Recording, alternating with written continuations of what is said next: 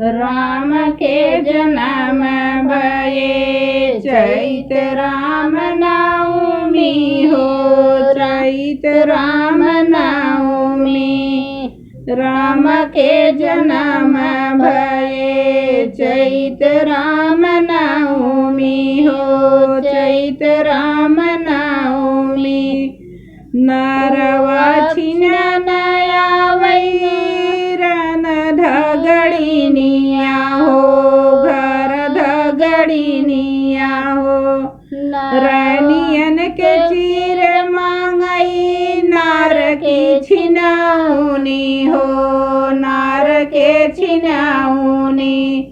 रानियन के चीर मांगई नार के छिनाउनी हो, नार के छिनाउनी।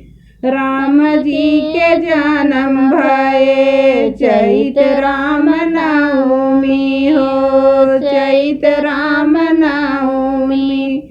सौरी पोतानया वही घर में अनाउनी हो, घर में अनाउनी। रानियन के हार मांगई सौरी के पोताउनी हो, सौरी के पोताउनी। रानियन के हार मांगई सौरी के पोताउनी हो, सौरी के पोताउनी। राम जी के जन्म भये चैत राम नवमी हो, चैत राम नवमी। नामवा रखनया वही घरे गुरु बभानवा हो, घरे गुरु बभानवा। राम जी के नाम रखई दशरथ के घोड़ मांगई नाम कई रखाऊनी, राम नाम कई रखाऊनी।